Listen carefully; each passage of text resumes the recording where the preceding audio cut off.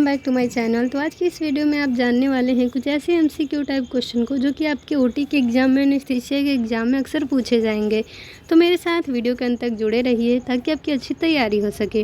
और ये सारे जो क्वेश्चन होंगे उसको सॉल्व करके देखिए कि आपकी तैयारी किस लेवल की है। तो चलिए अब स्टार्ट करते हैं क्वेश्चन को सॉल्व करना। तो सबसे पहला क्वेश्चन है, packing for autoclave is not done by. तो ऑटोक्लेव में जो पैकिंग होता है, यानी आप इंस्ट्रूमेंट पैक कर रहे हैं या फिर ग्लव्स पैक कर रहे हैं या फिर कुछ भी आप स्टरलाइज करने के लिए पैक कर रहे हैं, तो उसको किस चीज़ से पैक नहीं किया जाएगा, तो उसको लिनेन से पैक नहीं किया जाता है। तो हमारा आंसर बिल्कुल करेक्ट है। अब हमारा नेक्स्ट क्वेश्चन आता है, drain tube in LMA ProSeal is used for. यानी कि जो हमारा लैरिंजियल मास्क एयरवे होता है, सुप्राग्लॉटिक डिवाइस एक तरह का, जो कि इंट्यूबेशन के लिए इस्तेमाल किया जाता है। तो इसमें जो ड्रेन ट्यूब होता है उसका यूज किस लिए किया जाता है? तो 4 ऑप्शन दिए गए हैं। तो इसमें राइट आंसर होगा सी ऑप्शन, यानी ड्रेनेज ऑफ स्टमक कंटेंट्स। तो हमारे जो भी पेट के कंटेंट्स होते हैं, चाहे वो कुछ भी फूड मटेरियल हो, चाहे एसिड ही हो, चाहे कुछ भी हो, तो वो सब अच्छे से ड्रेन हो पाए। ठीक है, अच्छे से एक साइड में ड्रेनेज ट्यूब होता है एलएमए में, तो वहाँ से ड्रेन करने के लिए ही हमारा ये ट्यूब होता है। तो ये आपको हो गया श्योर, ये राइट आंसर भी है हमारा। अब हमारा नेक्स्ट क्वेश्चन है, which of the following is not a supraglottic device. तो यहाँ पे 4 ऑप्शन दिए गए हैं और बताना है कि चारों में से कौन सा सुप्राग्लॉटिक डिवाइस नहीं है। तो एम्बू, एलएमए, आईजेल और जो हमारा लैरिंजियल मास्क एयरवे है, पहला, दूसरा और चौथा, तीनों ऑप्शन जो है सुप्राग्लॉटिक डिवाइस के एग्जाम्पल हैं। और जो इंडोट्रैकियल ट्यूब है वो सुप्राग्लॉटिक डिवाइस का एग्जाम्पल नहीं है। तो इंडोट्रैकियल ट्यूब हमारा इसका राइट आंसर होगा। अब हमारा नेक्स्ट क्वेश्चन है, डेक्समेडेटोमिडीन, ये जो आपका ड्रग है वो किस लिए इस्तेमाल किया जाता है? तो पहला है एनाल्जीशिया, पेन मैनेजमेंट के लिए, दर्द को मैनेज करने के लिए। दूसरा है बोथ सीडेशन एंड एनाल्जीशिया, यानी कि मरीज को बेहोश करने के लिए, और प्लस में क्या है कि उनको दर्द से निजात देने के लिए, दर्द से आराम देने के लिए। तो सीडेशन और एनाल्जीशिया दोनों के लिए। तीसरा ऑप्शन है none of the other options. चौथा है सीडेशन। तो राइट आंसर होगा B option, both sedation and analgesia. तो ये हमारा करेक्ट है। ठीक है, अब हम देखते हैं next question, minimum monitor required for any anaesthesia include.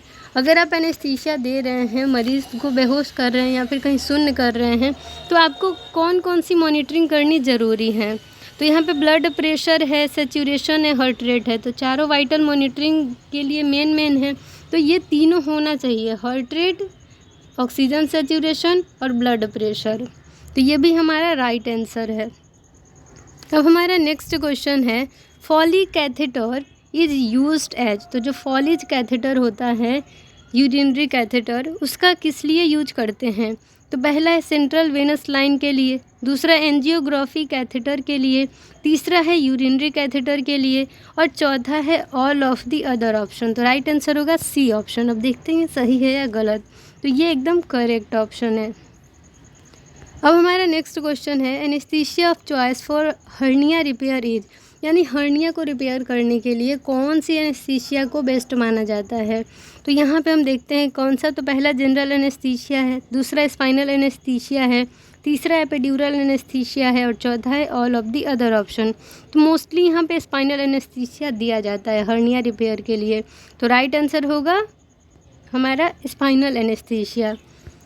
अब हमारा है anaesthesia of choice for lap cholecystectomy. यानी कोलेसिस्टेक्टमी यानी जीवी रिमूवल सर्जरी जो है, जीवी स्टोन होने पे उसको रिमूव किया जाता है, तो उसे कहते हैं कोलेसिस्टेक्टमी। ये 2 तरीके से होता है, ओपन और लैप दोनों। तो लैप जो सर्जरी है, लैप कोली जो है, लैपेरोस्कोपिक कोलेसिस्टेक्टमी जो है, उसमें कौन सी एनेस्थीसिया बेस्ट मानी जाती है?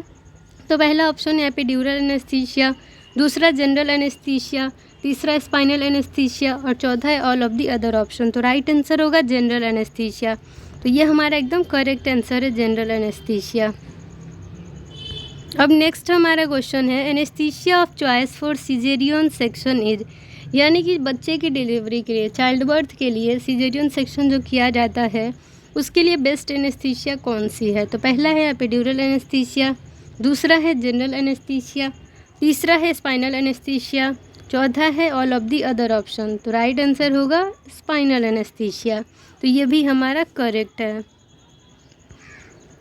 अब है कि complication of spinal anaesthesia include, spinal anaesthesia यानी पीठ पे लंबर रीजन में इंजेक्शन देके और अच्छे से स्पाइनल नीडल के हेल्प से जो है इंजेक्ट किया जाता है ड्रग, और इसके थ्रू जो है हमारा लोअर एब्डोमिनल रीजन, दोनों पैर जो है, कमर का हिस्सा जो है सुन्न हो जाता है। तो इसके लिए कुछ कॉम्प्लिकेशन भी होते हैं इसको देने के बाद। तो पहला है हाइपरटेंशन, दूसरा है ब्लीडिंग, तीसरा है टैकीकार्डिया, चौथा है हेडेक। तो मोस्टली हेडेक जो है वो बहुत ही सामान्य तौर पे देखी जाती है स्पाइनल एनेस्थीसिया के बाद। तो इसके बाद सिर दर्द बहुत ज़्यादा होता है कभी कभी। नेक्स्ट है टूहीज़ नीडल इज़ यूज्ड फॉर, जो टूहीज़ नीडल होता है वो किसके लिए यूज होता है? तो पहला ऑप्शन है पेरिफेरल नर्व ब्लॉक्स, दूसरा ऑप्शन है एपिड्यूरल ब्लॉक, और तीसरा है आईवी इन्फ्यूज़न, चौथा है सेंट्रल लाइन इंसर्शन। तो राइट आंसर होगा दूसरा option epidural block. Epidural anaesthesia दिया जाता है यानी एपिड्यूरल ब्लॉक किया जाता है एपिड्यूरल स्पेस में, तो इसके लिए टूहीज़ नीडल का यूज किया जाता है। तो चलिए अब इस वीडियो को यहीं पे एंड करते हैं। आई होप आप लोग को ये सारे क्वेश्चन बहुत ज़्यादा हेल्प करेंगे आपके एग्जाम में। तो इस तरीके से thank you for watching my video. Channel पे नए हैं तो चैनल को सब्सक्राइब कर लीजिए और बेल आइकन को प्रेस कर लीजिए ताकि आपको सारी लेटेस्ट वीडियो के अपडेट्स मिलती रहें। तो मिलते हैं नेक्स्ट वीडियो में। और कोई भी चीज़ अगर आपको दिक्कत हो रही है समझने में या फिर पढ़ने में तो आप कमेंट सेक्शन में कमेंट कर सकते हैं और फीडबैक भी दे सकते हैं। तो मिलते हैं नेक्स्ट वीडियो में एक नए टॉपिक के साथ।